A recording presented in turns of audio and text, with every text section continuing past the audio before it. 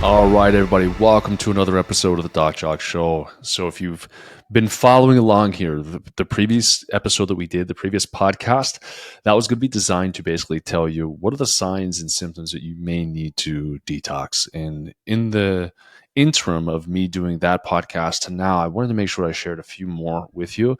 Can't believe I forgot to do it, but just in case. So, if, for example, you have halitosis or like really bad breath, or you have a lot of white or discoloration, cracking, and things like that on the tongue. And if you have any type of abnormalities in terms of like indents on the teeth or scalloping on the tongue itself, any abnormalities really in the tongue, it's going to be a sign and symptom that you may need to detox. The other one is body odor. If you sweat and you stink, there it is. There's a sign and a symptom that you may need to detox.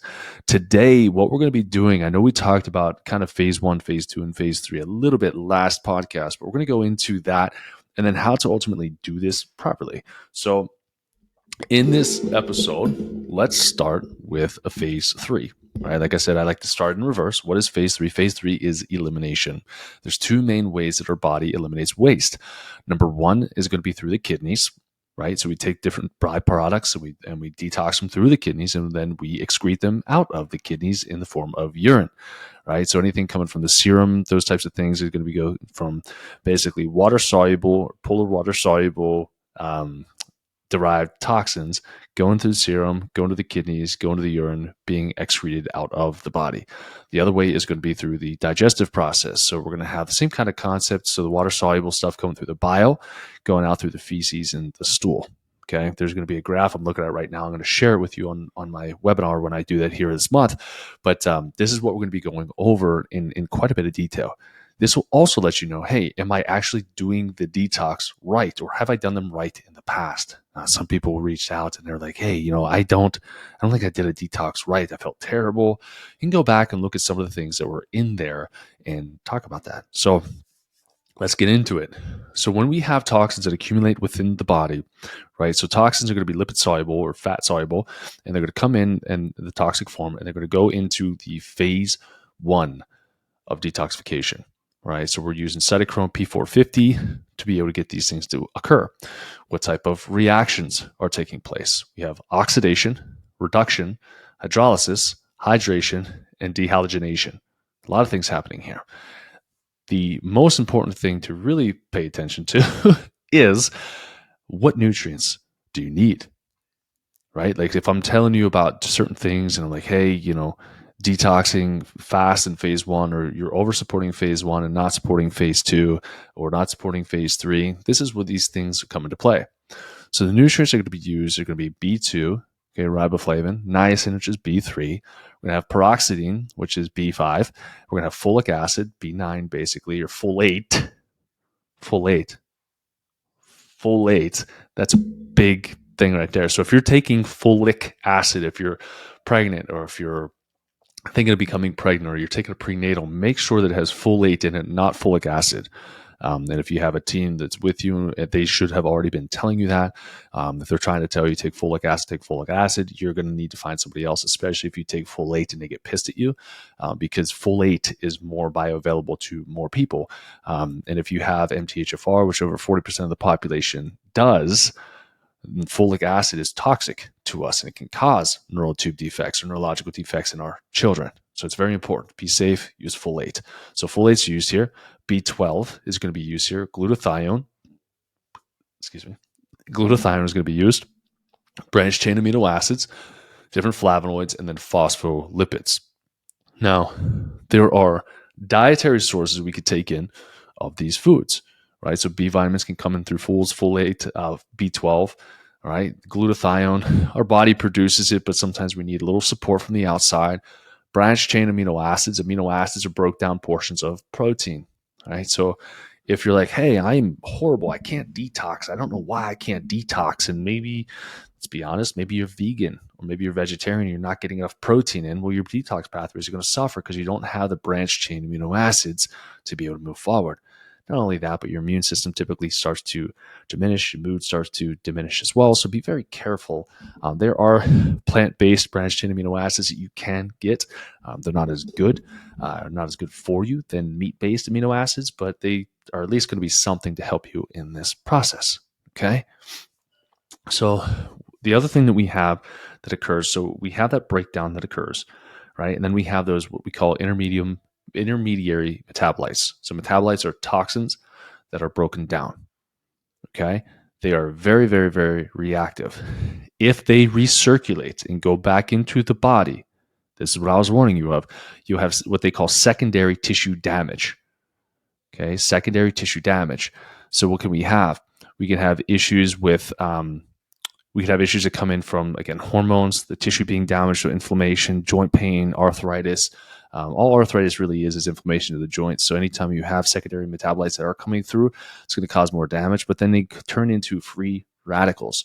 Free radicals are kind of just like that. They're free and they're radical. They go through and they break everything down within the body. It increases oxidative stress and oxidative damage, and that's when we develop cancer. Okay. So it's really, really important to make sure that we have those types of things in there.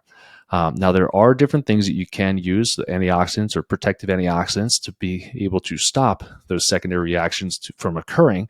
But vitamin A, vitamin C, vitamin E, selenium, copper, zinc, manganese, CoQ10, eating things like garlic, onions, and cruciferous veggies, bioflavonoids, silymarin, which is milk thistle, and picotinol. That's another one that you can take. Now, milk thistle is one of those ones that helps with phase one, helps with the antioxidant support too. It's one of the best things from like an herbal standpoint, an herbalism standpoint, to help with detoxification. So it does help if you notice that you have really high liver enzymes, which is another reason why you might need help and support with detox. If your AST and ALT on a blood work panel comes back and the enzymes are high, then this may be a problem for you. So milk thistle with silymarin is an easy way that you can introduce that in there, but also help to support and get it through phase two as well. So now let's talk about phase two. I don't expect you guys to know all these things. There's no quiz at the end of it. This is just what's important when it goes into detoxification. This is the level of knowledge that you need to have and your practitioner needs to have as well, instead of some health coach that just wants to get rich off selling you a quick 21-day cleanse or 30-day cleanse or whatever that is. That being said, MLM cleanses are some of the worst cleanses you can do. Their quality of their products are usually garbage. When you see quality product go down, look for how many fillers are in the product. If you're looking and you see folic acid, it's a crap quality. It's a synthetic form of folate. It's not good. So look for other fillers. Maltodextrin is kind of like a sugar in there too. If you're noticing artificial colors or the capsules or different colors and things like that, that's usually a sign that it's going to be a toxic product. So you're putting toxins in while you're detoxing, which doesn't make sense. I'm trying to think of the other things. Oh, if there's sucralose or artificial sweeteners in like juices or drinks that you're able to take along the way, or, oh, you just need this protein powder and it has gluten in it. It has all these other components that are toxic. And when you're detoxing too, dairy is going to be one of the things to get out of there. So don't do a whey protein when you're detoxing. Most of our population doesn't do well with milk and dairy. So please don't fall into that as well. So using some plant-based things can help, plant-based proteins, but really trying to focus on whole foods while you're doing this detox is going to be good, not just during the detox, but maintaining it afterwards, right? Because if we just say, oh, I'm cutting out my whey protein with sucralose while I detox, and as soon as I'm done, I'm going to start back up again, well, you're going to have the same problems that occur. So it's not smart for you. It's not smart for anybody else. So make sure that you pay attention to those things. Quality really does matter. It doesn't necessarily mean it has to be more expensive. It just means that you want to pay attention to the ingredients. And if it's an MLM product, it's usually garbage. It is. They're trying to make as much money as humanly possible for themselves, not for their downline or upline or however it rolls, but just be aware of that. It's usually garbage. There may be ones that are like, oh, that's pretty good. For the most part, it's garbage. I've worked with patients taking Arbonne. Advocare was big back in the day when my wife and I met. Sucralose capital of the world. That crap. Plexus is struggling too. It's just my personal preference on it. So make sure you're eating whole foods, and then you can use some traditional herbs and some other vitamins and stuff to help you. But just, again, know the quality. Know where the stuff is coming from, please. And if some super fit influencer is trying to tell you to take it, look at me, I have a 6-pack abs. And it's like, oh, that's bullcrap. You might, but also the quality is probably garbage too. So moving on.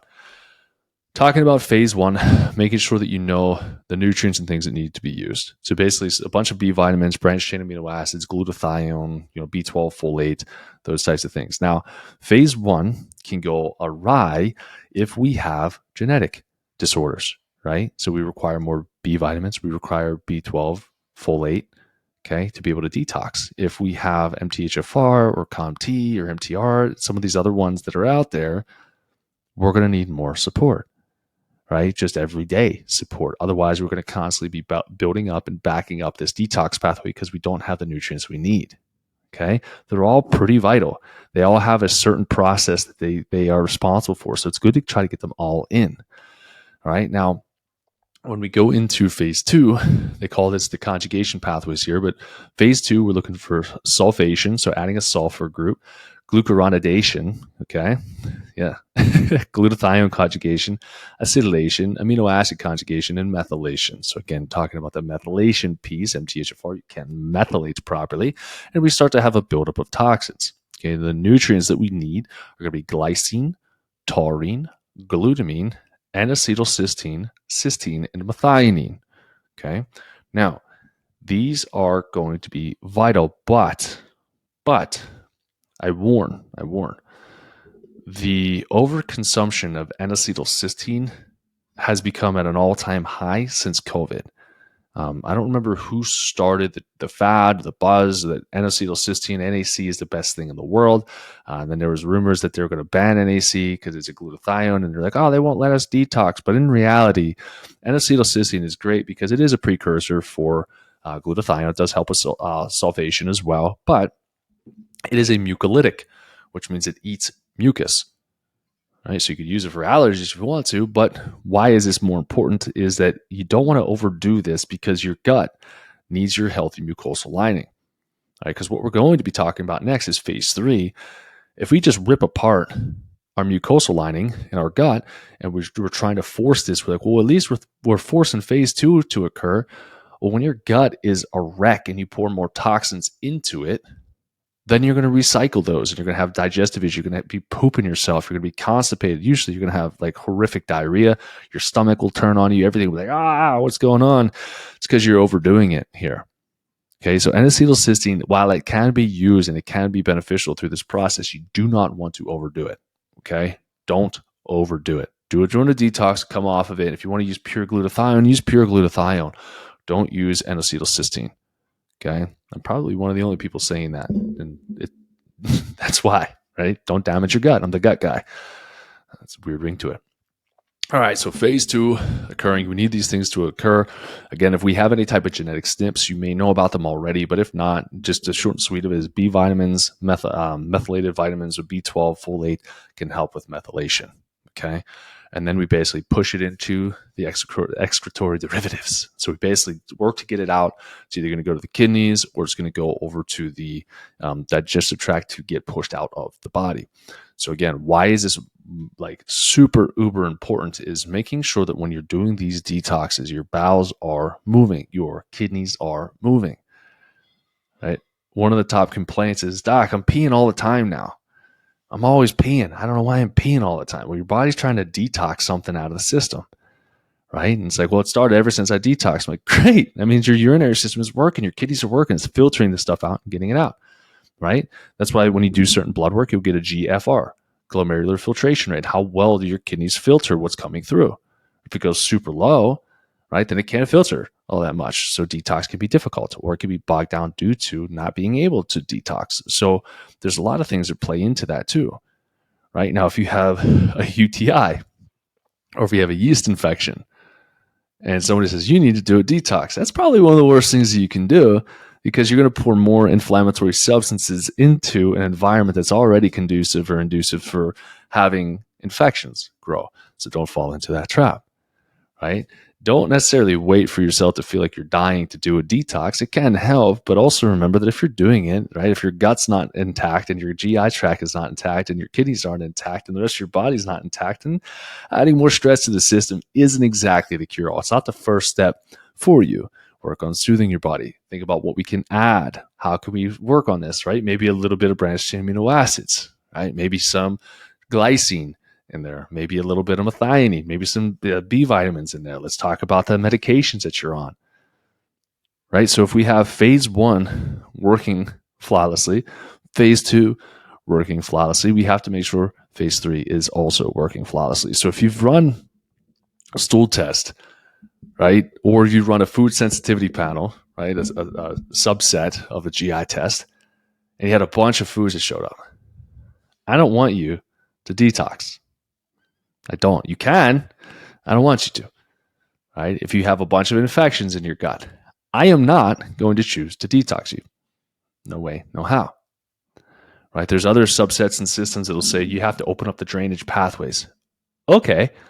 But if your gut, the receiving end, is horrible, great. You open up and pour more toxins into that. To me, like the way that I visualize that is like having an attic.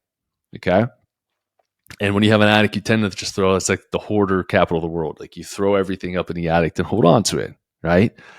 Now, if you had a bunch of stuff that you need to put up there, but the integrity of the floor, the ceiling of the attic, the flooring of the attic, ceiling of that floor, right? If that had holes in it or was weak or was compromised or the studs were, and you're setting boxes on it, like right directly on the drywall, and it's a heavy box, what do you think is going to happen? It's going to fall through, right? And then all your shit's going to be all over the floor. And you're like, how did this happen? What in the world? And then you're going to have more work. You're going to have to fix the drywall. It's going to cost you more, right? There's been more damage that has occurred. So I think of it the same way when it comes to detoxification. If your gut is not intact and you have high zonulin or high leaky gut or gut permeability, which is exactly what that means when you have food sensitivities, people think that food sensitivities are just like this freak thing, like, hey, we test it and I ignore it, and that's fine. No, it's a cause and a symptom, right? So it's a cause of some symptoms, but it's a symptom of gut dysfunction or GI dysfunction. Healthy people don't just have food sensitivities, right? Especially IgGs. Those are in the bloodstream. The foods aren't supposed to leak in like that. So if you have gut or intestinal permeability, you're going to have a higher risk of those food sensitivities. If you throw toxins in there, don't you think the toxins are also going to fall out those same holes? Yes. Right? So this is why I think fixing that gut is so important before you detox, right? In order to make sure that you do it right. And so some people are like, well, what if I give a little extra fiber? Okay, cool. You're trying to bind some of them, but at the same time, you're still throwing toxins into that. It's like wrapping the box that you're putting up in the attic with bubble wrap. Cool. Still going to fall through, still going to make it some mess. And, maybe the bubble wrap will hold it, or like that extra duct tape will hold it from all the contents of the box spilling out, but you still have a hole in your ceiling that you have to fix, right? And a lot more work to do. So this is why it's really important to make sure that we understand what is the current state of our body before we do this, okay? So when we do this as well, when we go to detox, make sure you're doing it right. Remembering what I said in the previous podcast, these toxins, all these toxins are going to be stored in fat cells. Okay. So again, if we have sluggish metabolism or sluggish bowel movements, sluggish elimination, right? And we're like, let's do a detox. Great. Your fat cells are going to shrink and dump all those toxins back in. It's going to fall out in those intermediary metabolites and go right back into the bloodstream, get stored right back into the fat cells. And guess what? They swell up more because they're more toxic than what you put in previously.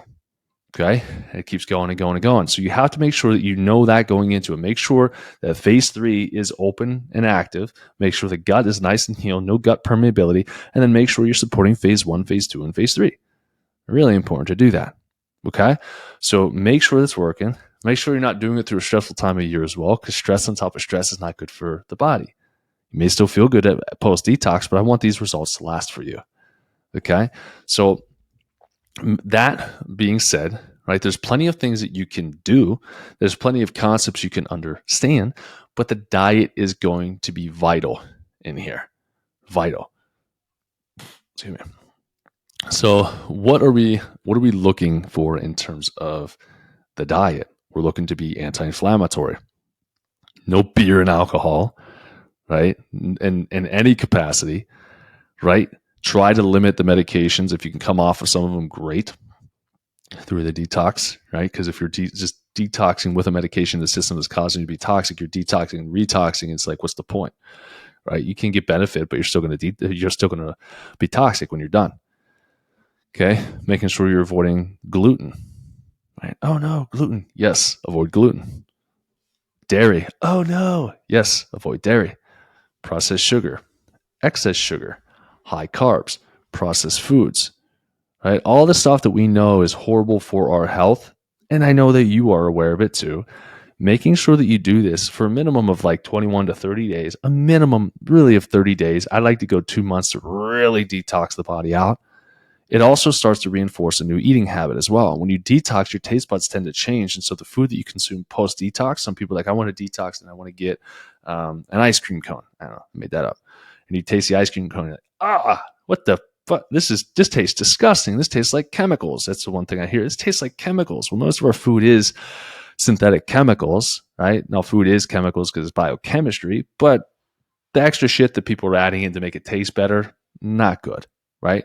Or more sensitive to toxins that we put in, as we should be, right? Just like if we drink alcohol and we get symptoms like that, that is good. That's not a bad thing, right? It's toxic. So your body's like, stop. Versus if you're like, I can drink 30 beers and I don't feel shitty. Well, your body sucks because you're used to it. You're probably craving it at that point. Good luck with your B vitamins, because one of the top things that happen with liver cirrhosis and alcoholism is there's a depletion of B vitamins. No B vitamins, good luck with any of the phases of detoxification, but phase one for sure. You're going to be hitting right up against that first filter. And if you do get past there, you're going to have those secondary metabolites being recirculated, causing free radical damage to the body.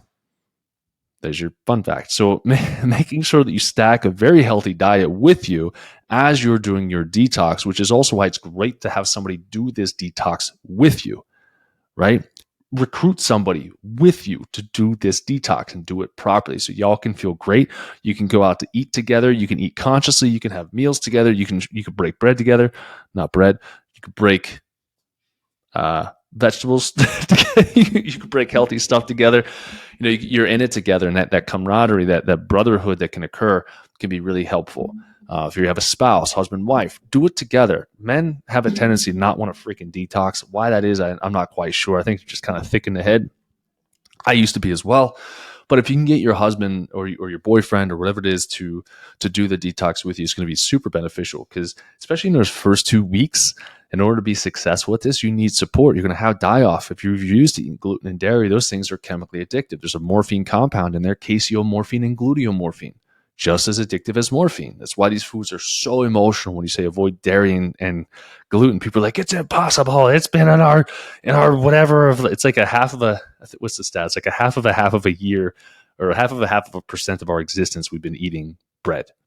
Like, it's like half of a percentage since existence has began. I forget what the exact quote is. It's in one of the books I have, but it's true. Dr. Williams talks about it.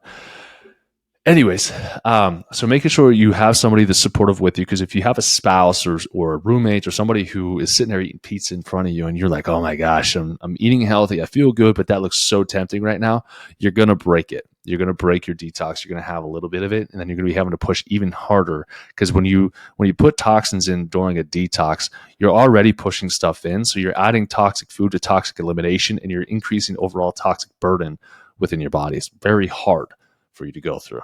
Okay.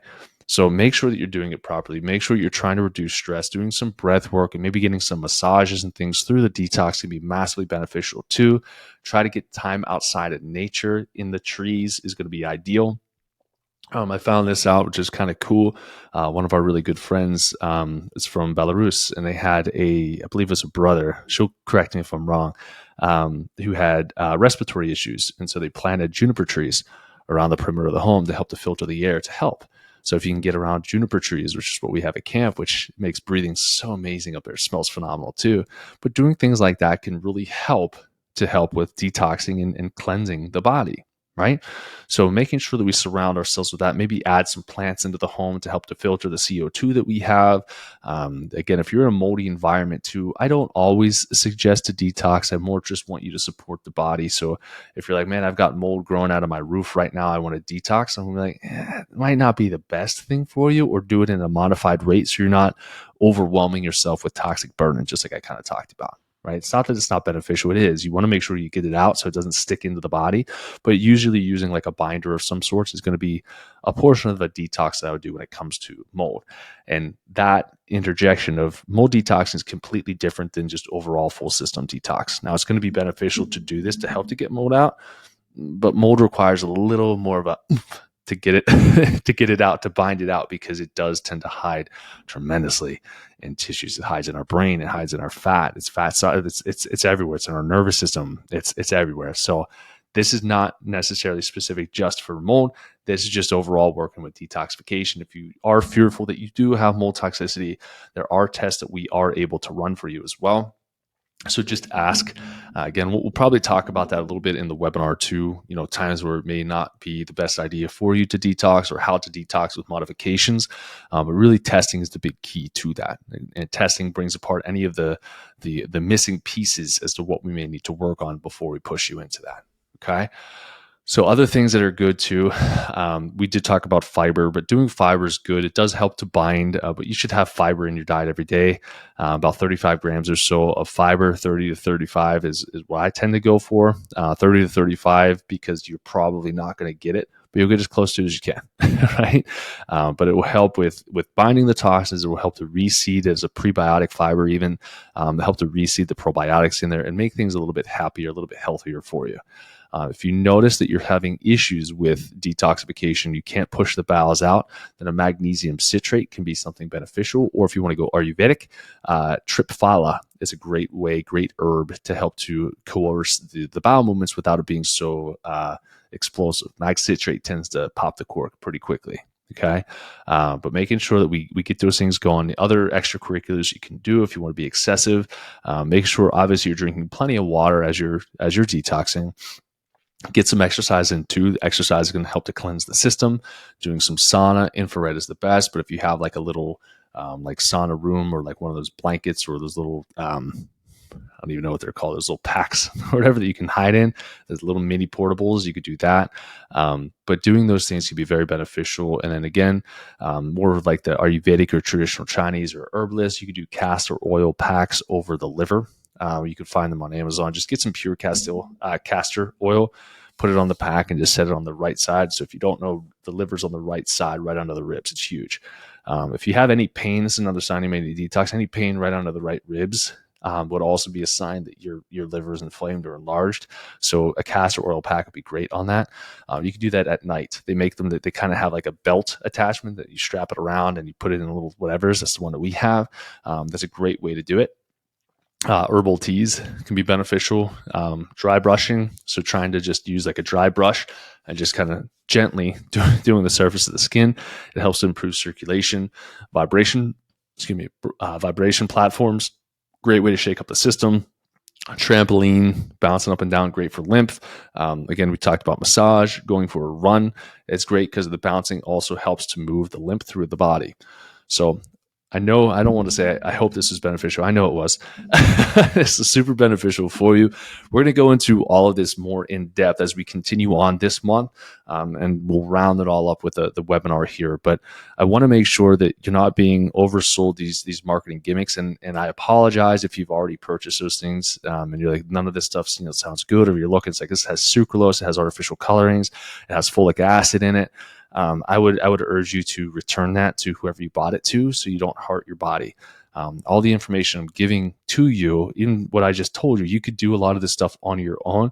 I do recommend that you do have somebody that knows what they're doing, though, to help to handle any of the type of dysfunction that can occur when you do detox, because there are layers of an onion that can kind of peel back for you.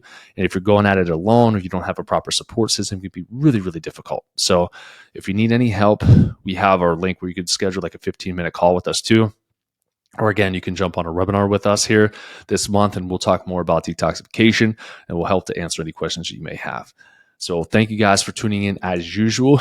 Keep up. Remember to be your own health advocate, and remember to do your research on this stuff too. Please don't take health advice from Instagram influencers with no credentials at all, besides the fact that they look good on Instagram. Or certainly don't take health advice from people who look horrible on Instagram, because there are people in the wellness space that are quite overweight and quite unhealthy, and they look like they're dead in the eyes, and you're like, take this product. And like, I don't want to take anything that you're taking. So use your brain. Don't get solicited as you're watching this podcast. You're probably going to have 38 ads that pop up on Instagram anyways for you to be able to detox. Don't get fooled by that stuff, and have a blessed start to the new year. We'll talk soon.